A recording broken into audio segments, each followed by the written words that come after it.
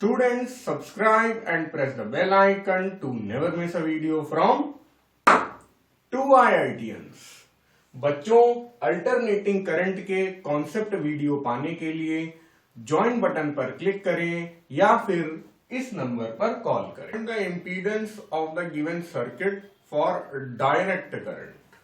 पहले सर्किट को समझ लेते हैं। 20 ओम हमें दिया गया है क्या रेजिस्टर, कैपेसिटेंस दिया गया है 2 माइक्रोफैरड और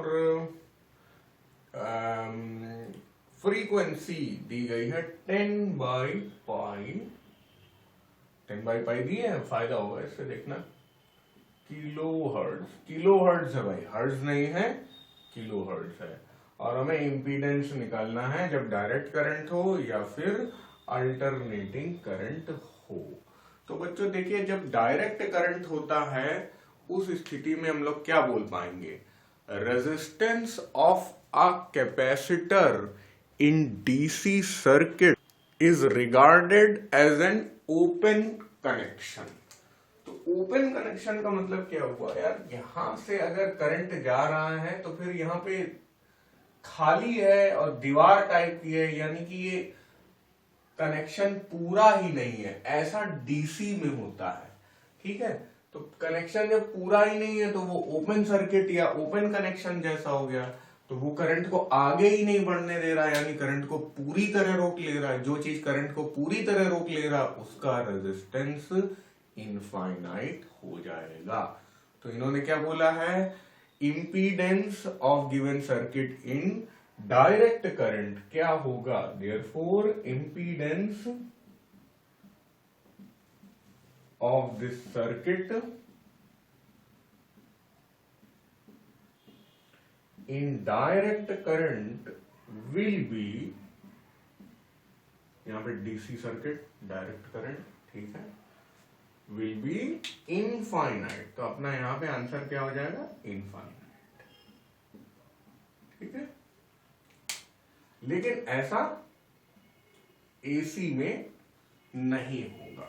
दोनों सिचुएशंस को समझने के लिए एक ही फॉर्मूला काफी है। हम क्या जानते हैं? XC is equal to 1 upon omega C, ठीक है। अब ओमेगा देखो, डीसी में क्या होता है और एसी में क्या होता है? एसी में ओमेगा होता है और डीसी में ओमेगा नहीं होता है। तो बल्कि इस तरह लिख देता हूं मैं, डीसी के केस में ओमेगा इज इक्वल टू 0 और एसी के केस में omega is equal to, generally हम लोग यहाँ पे तो फ्रीक्वेंसी थोड़ी अलग टाइप की है, जनरली हम लोग ओमेगा रखते हैं 50 हर्ट्ज फ्रीक्वेंसी के हिसाब से। तो ओमेगा आ कितना जाता है? 100 पाई, याद है ना? Omega is equal to 2 pi F, और एफ हमारे घरों में जो हो सप्लाई होता है 50, तो 100 पाई आ जाता है। ज्यादातर ये होता है, वैसे ओमेगा चेंज होता रहता है और जैसे जैसे ओमेगा चेंज होता रहेगा वैसे वैसे एक नई एसी, एक और नई एसी बनती चली जाएगी। लेकिन अभी हमें ये समझ में आया कि यार डीसी में जब ओमेगा 0 होता है तो इसका मतलब है XC डीसी के केस में 1 अपॉन 0 इंटू सी, यानी कि ये टेंडिंग टू इनफाइनाइट हो जाएगा। अगर हम लोग इस तरह लिखें, limit XC tending to 0, limit omega tending to 0,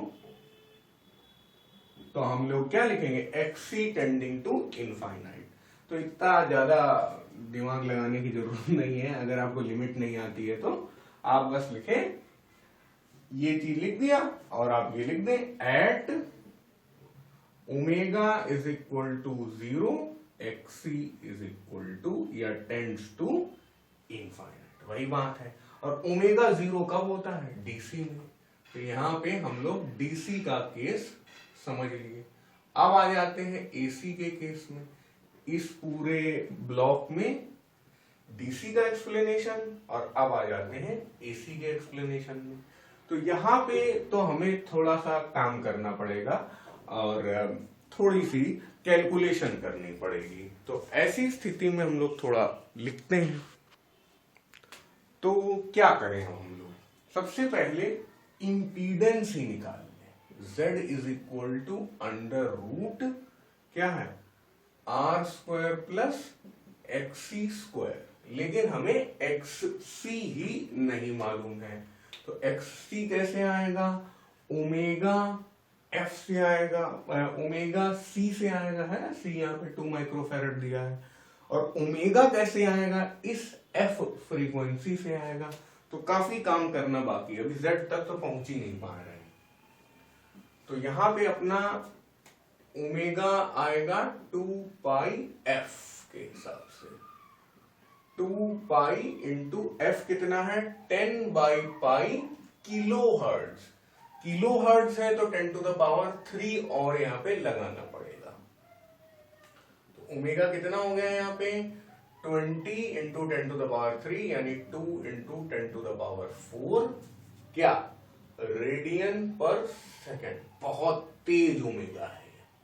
अच्छा, अब एक्स सी निकाल लें, 1 अपॉन ओमेगा सी, तो 2 इंटू 10 टू द पावर 4 और सी 2 इंटू 10 टू द पावर -6। अच्छी बात है, थोड़ा सा कम होगा कठिनाई। तो यहाँ पे 1 अपॉन 4 हो गया, 10 टू द पावर -2 बचा, -2 ऊपर जाएगा तो +2 होगा, तो 10 to the power +2 divided by 4 यानी 100 डिवाइडेड बाई 4 25 ओम। बढ़िया है, बहुत बढ़िया। एक्सी हमारा कितना आ गया, हमारे पराक्रम से 25 ओम। लेकिन अभी काम नहीं हुआ, अब इंपीडेंस पे पहुंचने की स्थिति पे हम लोग लेकिन आ गए हैं, है ना। ओमेगा मैंने यहाँ पे लिखा नहीं है, मैं हमेशा लिखता हूं तो मैं लिख देता हूं एंगुलर फ्रीक्वेंसी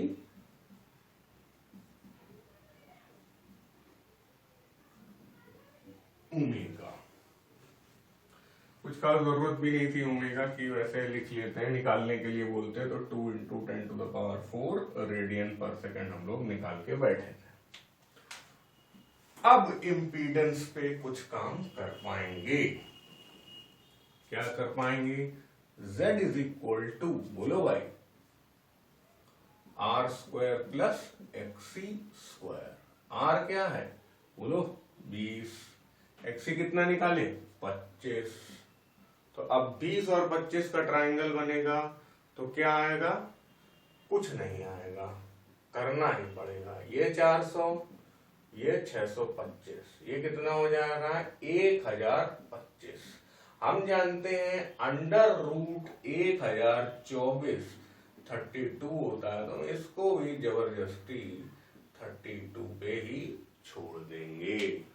बस यही अपना आंसर हो गया। तो हमने क्या समझा, डीसी के केस में इंपीडेंस इनफाइनाइट और एसी के केस में इंपीडेंस फाइनाइट, यानी कि 32 ओम, है ना, ओम में ही मेजर किया जाता है 32 ओम।